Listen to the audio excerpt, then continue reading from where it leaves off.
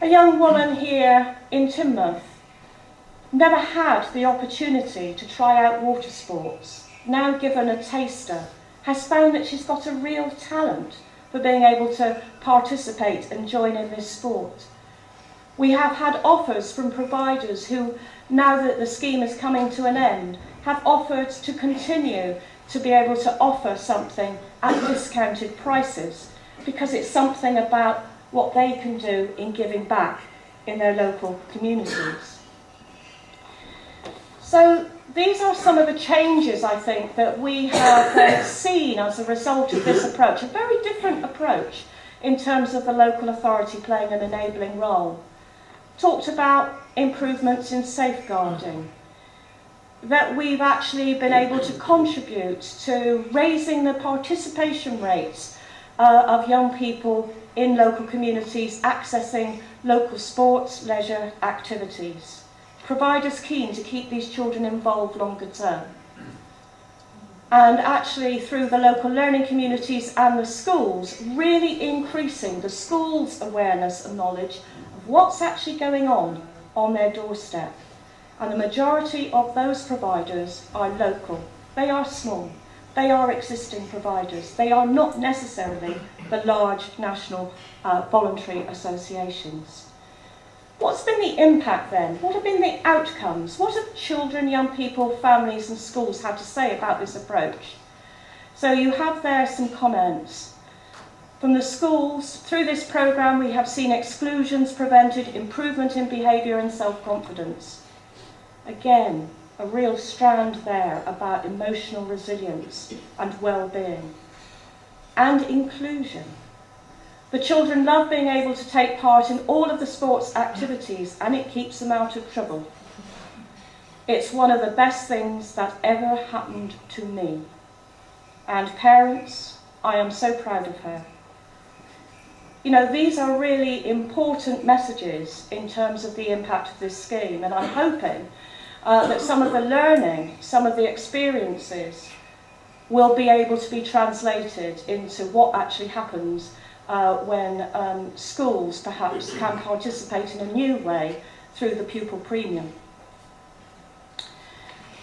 A lot's been said this morning about the importance, particularly I think for young adolescents, about the issues which actually support them in relation to homelessness. And homelessness has been a big issue in our authority. You wouldn't necessarily look at a large rural shire and think there were issues of homelessness, but I've worked in this authority for many, many years, and way back I can remember in Tiverton, probably 20 years ago, homelessness was a huge issue then. And actually a lot of the needs of young people were actually being met by the voluntary sector. And it's through a lot of the work that we've been doing as a children's trust right across the public sector, the district councils, the county council, the voluntary sector, that I think that we have actually got something to be proud of in Devon. And again, that is my last signpost, partnership. We've got to hold on to the partnership way of doing things. Not for the sake of partnership in itself, but the fact that partnership actually does have an impact on outcomes. And I just want to share with you one particular example. This is about partnership and practice of professionals working together. And this is perhaps, really probably a set of circumstances, a set of needs for this particular young person, which actually are quite complex. The main objective for David was to find suitable accommodation to meet his physical needs and his learning ability needs.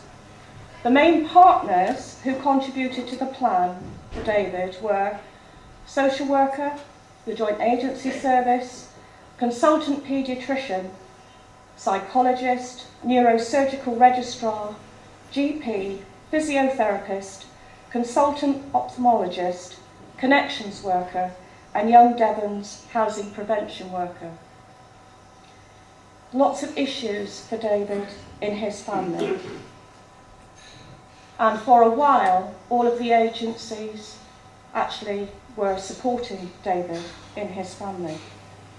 That situation was held for about 4 months until things escalated, and then a decision was made to actually find David supportive lodgings. David is still in supportive lodgings. He is now 18. His case has recently been transferred to adult services, and they are very keen to keep him in his placement.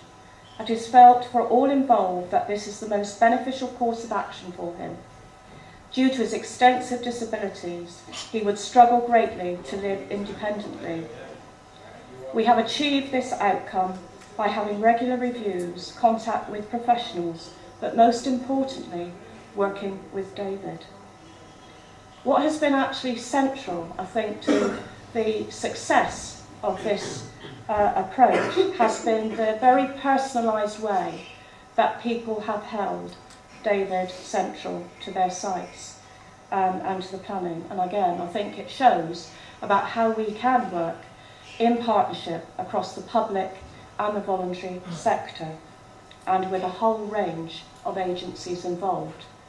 Certainly the course now for the County Council is very much looking at the new challenges, looking at its enabling role, extending its enabling role, but also thinking about very different ways of working, particularly in some of these very specialist areas where young people have significant disability, where they might have significant issues around emotional health and well-being, and looking at bringing public and voluntary sector partnerships together.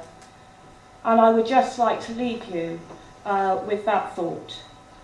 For our children, what can we do to foster their open-hearted hopefulness, engage their need to collaborate, be an incentive to utilise their natural competency and compassion, show them ways that they can connect, reach out, weave themselves into the web of relationships that is called community.